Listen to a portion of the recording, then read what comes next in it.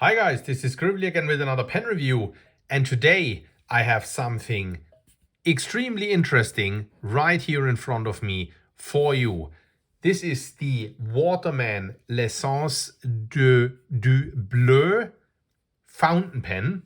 It is a Waterman Exception, which is the square pen. Not the Carène, which is the round one, and then there's like the Hemisphere, and there's the Expert. This is the Exception Slim. There was back in the days a fairly little bit larger, fatter version of this pen, which was the Exception. This is the Exception Slim. And in a special edition, L'Essence de Bleu, we'll talk more about that in a second. This pen has been sent to me for review by our friends in the Netherlands, Appelboom Pennen, appelboompennen.com. Thank you very, very much for sending me this pen right here for presentation. Let's talk a little bit about the finish that we have right here in front of us, which is called L'Essence du Bleu. Excuse my French, I'm not a French native speaker. The L'Essence du Bleu finish is, as said, a not limited edition, but kind of special edition. It was inaugurated in order to celebrate in the year 2022, Waterman going back to France for the manufacturing of its pens, Waterman Paris, as you can see here. In order to commemorate this re-inauguration, if you will, Waterman launched this series here in this fantastic deep blue lacquer, which is obviously reminiscent of the brand colors, and it also has this wave pattern here that is supposed to be reminiscent of the French River Seine. So in order to commemorate this reissue, this beautiful finish right here, this beautiful finish is to be found on all the pens that Waterman makes, all the pen line, so to say, as alluded to previously, the Exception Slim, the Carène, the Expert, and the Hemisphere, basically going downwards from the top of the line pen that we have in front of us. Right here, as said, this pen is a kind of special edition or the limited edition. It's going to be in production for about 2 years. It's 2024 now. So if you like this pen, be quick because they will run out at some point. Just very quickly, let's look at the box. Very classic Waterman box, Waterman Paris, the blue Waterman colors, Waterman logo right here. Nothing much on there anymore. Waterman Paris. There was only an ink cartridge in there, no warranty card, no care guide, nothing like that. And the pen came with a Waterman converter. That is in here. It's good that it comes with that converter because I'm not sure, they might be proprietary. They look fairly similar to a standard international cartridge, but in my experience of the last 10 years or so with like quite a few Waterman pens, the standard international cartridges or converters often don't really fit, so it's good to have a Waterman converter. Put that aside and let's have a look at the pen. The Exception Slim, for that matter, is a fairly unique pen because like it's a square pen. There are not very many, if any, square pens out there, specifically in the high quality luxury segment. Top of the cap, Waterman logo, which is essentially a handwritten W. You then have like a clip, chrome plated, that cap is. Clip is spring loaded. Works very, very well. Has like a little cutout here, characteristic for some of the Waterman pens where you can find that. That clip works very, very well.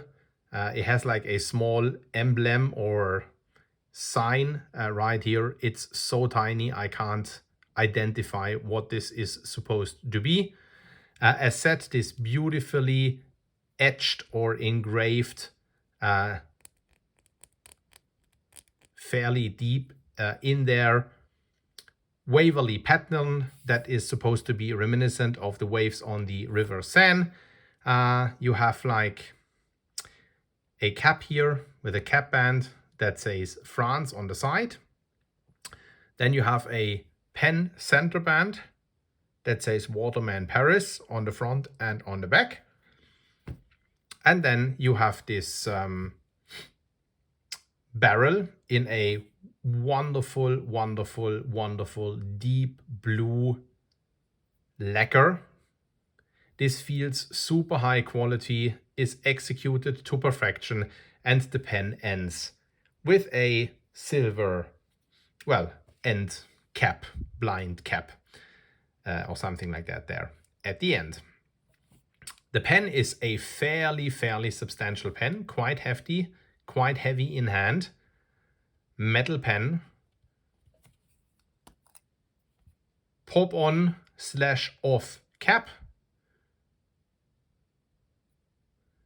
Very nice, very decorative, and reveals a black section tapering down,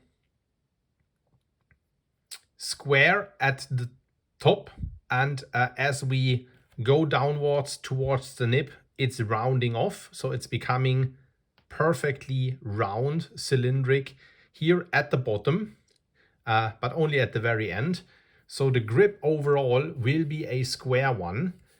I believe I have reviewed a Waterman Exception many years ago. It must have been in 2017 or so. And already there I said it was a black one by then, because of course like that fantastic color line here was not issued by that time. And by that time I talked quite elaborate about this section shape, which I personally find extremely comfortable. I find it very easy to find my grip on this pen. Much better, to be honest, than on the Lamy Safari or All-Star, which obviously is not a square but a triangular section. But like I think the logic of like being able to find your grip is perhaps a similar one. This is a pen, since it has no perfect cylindrical section where it's only about girth, width, and whether or not it is slippery. It's a lacquered pen.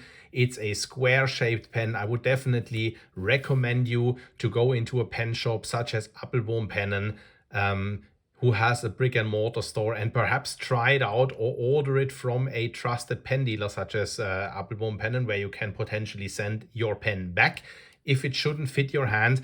It does fit my hand perfectly in terms of grip. It's not slippery at all, but also in terms of weight and size and balance. I'll do a size comparison in a second, but this is a fantastic pen in hand. One of the best writers that I do possess and that I have reviewed, to be honest. Really good pen. Let's have a look at the nib. Waterman Ideal. This globe logo that is the Waterman Ideal logo, so to say. And then here at the bottom it says 18K because this and 750 for the gold content, because this is a 18K gold nib that is rhodium plated. And then here at the bottom you have an M for medium. I already say it right now, this is like a pretty fat, juicy medium nib. Fantastically springy, beautiful 18K gold nib. My favorite part is opening the pen, because this opening mechanism is executed to perfection. And then as you see, the Waterman converter in here, and the pen is inked with Pilot Black. Screw that back on here. Absolutely perfect how this realigns here. Fantastic. Posting can be done, does make the pen very long, kind of unwieldy, kind of back heavy, because it's already a heavy metal pen, and then you slam this chrome plated cap back on there. Sits quite snug and securely. You do get a little bit of a gap here and a step, which can potentially be a little bit uncomfortable here. I do feel that, not very much, but I can definitely feel it. Slightly uncomfortable, but not unusable, I would say. If you absolutely prefer to write your pens posted, I think it can be done.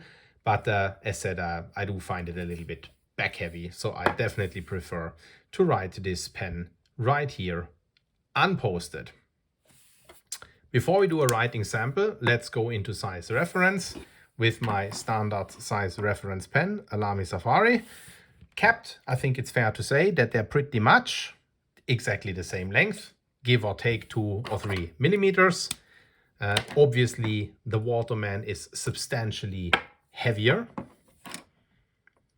Uncapped, I would say the Waterman is perhaps 2 to 3 millimeters shorter. It's a fairly large nib right here. It's a fairly unconventional nib size. It's not a number 5, not sure if it's a number 6, but it definitely goes into a number 6-ish nib. I think lengthwise it's about the size of a Bleu Meisterstück 146 or perhaps a Pelikan M800, but of course the nib shoulders are much slimmer, so it's like a more elegant and much slimmer pen profile right here. Let's do a writing sample in a blue notebook.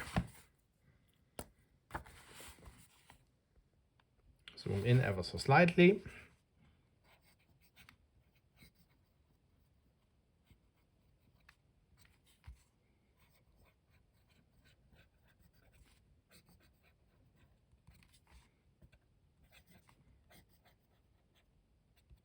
Waterman exception slim.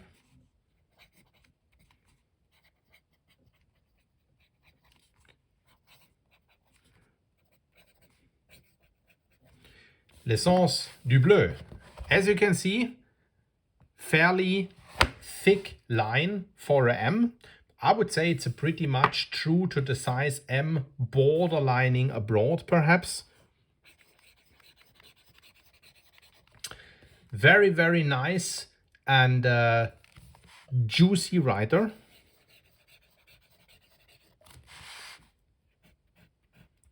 There's a little bit of line variation that you can get out of this pen. It's definitely not a flex nib, and I wouldn't treat it as such. But beautifully smooth. You do feel a little bit of feedback. It's not on the sailor end, so to say, as the Japanese sailor fountain pens or the Italian Aurora fountain pens, but you do feel a little bit feedback, just enough to let you know that you're writing with a nib on a page. So very, very nice.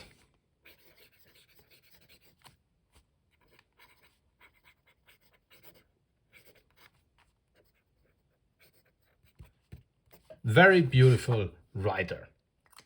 Right, at the end of the review, of course, we need to briefly speak about the price. Now, I'm not 100% sure, and I will have to investigate a little bit more, but at the date of the review, the pen goes for around 750 something euro on the Appelboom Pennen website. I have cross-referenced a couple of other websites where the pen also retails for about 750-ish euro. That is like online and brick and mortar retailers. The Waterman.eu European online shop for some reason sells the pen for 550-ish euro. Which, upon checking it up, did surprise me a little bit. I then went back to my old review where I had received the pen directly from Waterman. It was then not this kind of limited edition. It was like the regular black one, which back in the days, that was 2017, as I said previously, retailed for around 300 euro, which would mean that the pen, and I think it's not only the blue version that has been substantially more expensive. I have also cross-referenced the black version in order to exclude that it's like this limited edition or special edition, which it rather is, type of thing, to make that's what drives the price. So I don't think that that's what drives the price. It seems that the pen price has basically doubled. I then quickly looked, a Waterman Carène also seems to go around for 500 euro or something like that those days, which I pretty sure was like 5 years ago or so also 250 euro. So not sure what's happening to Waterman prices. I know that fountain pen prices overall have been going up. Waterman prices seem to be a even more special case here. Perhaps it has to do with the relocation to the production in France. Not sure that warrants like a doubling of prices. Also 750 euro, or even if it's 550 euro, does catapult the pen in the latter case into the category of a Pelikan M800, in the former case in the luxury category of like a Meisterstück, Mont Blanc Meisterstück 146, both of which are piston fillers, both of which I would say, especially in the last couple of years where Waterman's brand reputation had gone down ever so slightly, I would say has like more of a reputation in the pen brand. So yes, that is to say, this is a very, very expensive pen for what it is. For 300 euro, no questions asked, right? 750, 550, I do find pretty steep. Do not get me wrong, make no mistake, this pen is executed to perfection, writes like a dream, lays beautifully in my hand, absolutely love it. Really, really fantastic. I think I need to do a deep dive on pen prices in order to find out more. But that's how far we get here today. Thanks once more to our friends at Appelboom Pennen in the Netherlands for sending this pen for review. And I'll see all you guys next time. Ciao, ciao, so long.